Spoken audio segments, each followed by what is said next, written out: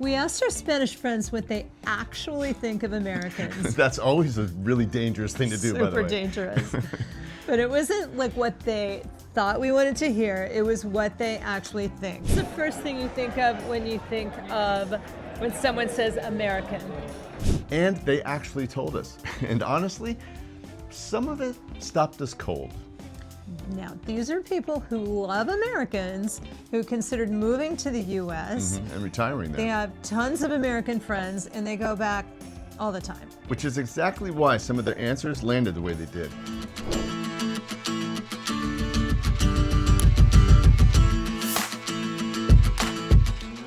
We've been living in Spain for a year now. Almost exactly. Yeah. In that time, we've had hundreds of conversations with... Wow.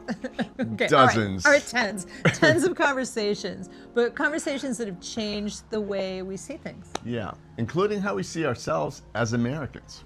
Today, we're sharing what came out of one of those conversations. From last night. Right? Yeah. 4 things our Spanish friends said that we're still thinking about, and one moment we genuinely didn't know how to respond to. Right.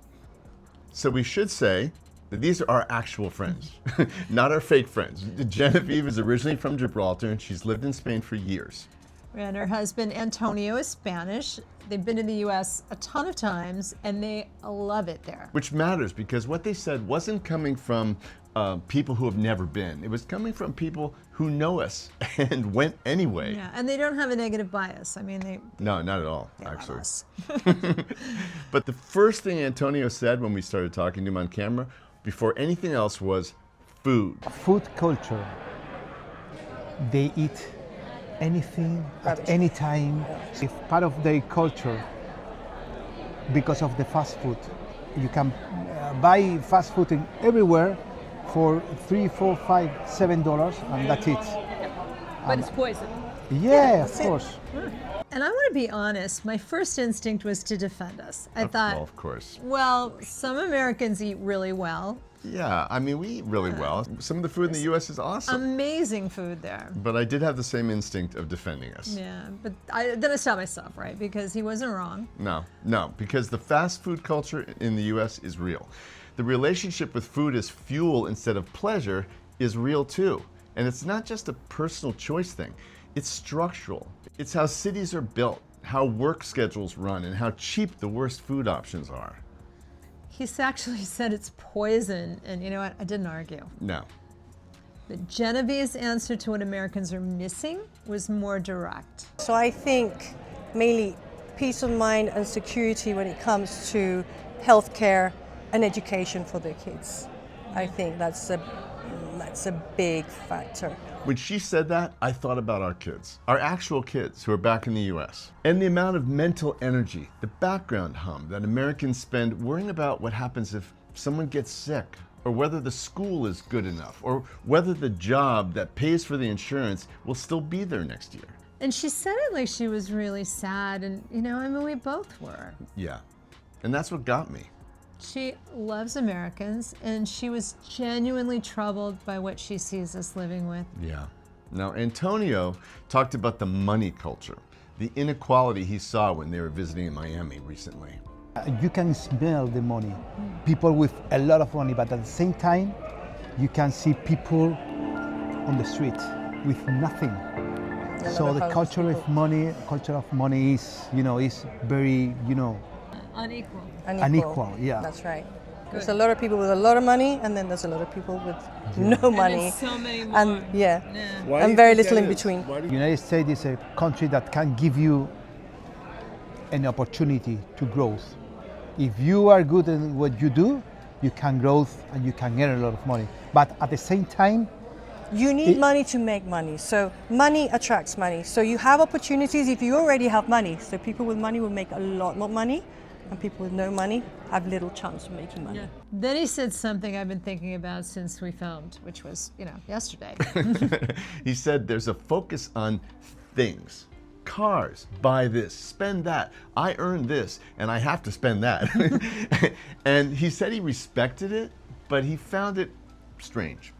Yeah, he said it was strange, not broken, not wrong, but kind of strange, like watching someone do something that makes sense when you're inside the bubble. Right. But from the outside, it looks like it's maybe costing them something they don't even know they're paying.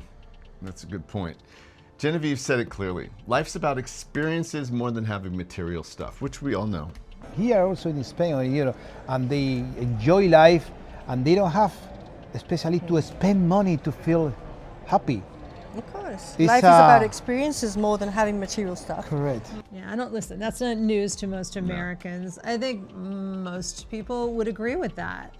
But then, you know, we all kind of go back to doing the exact opposite anyway. Habits die hard because the system is set up that way.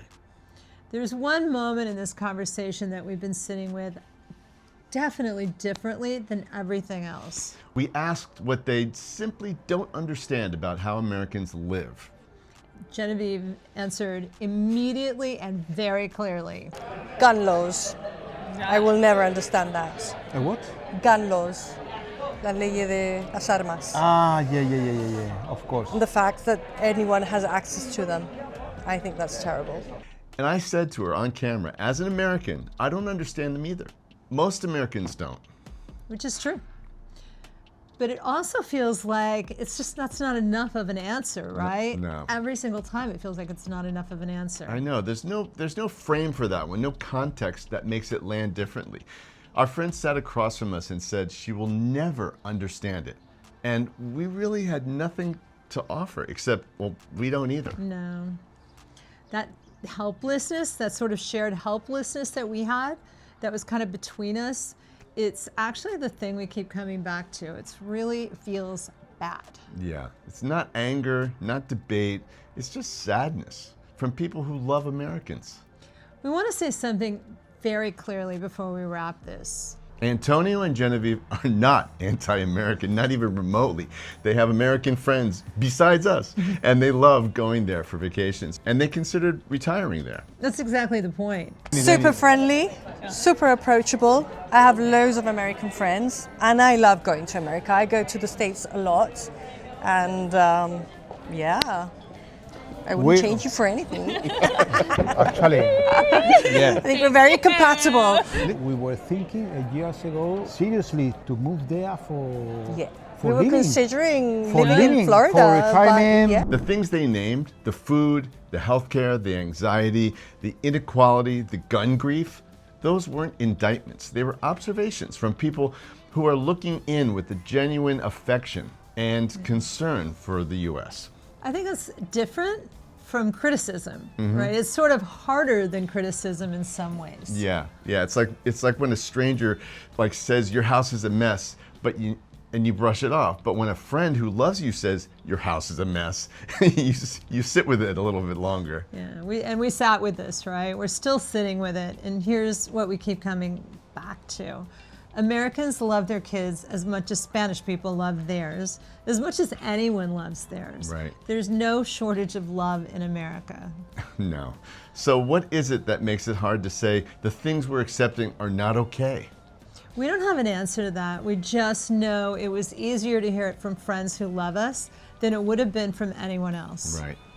We'd love to know, is there something about American life that you've only been able to see clearly from the outside? Or something a friend from another country has said to you that you're still thinking about?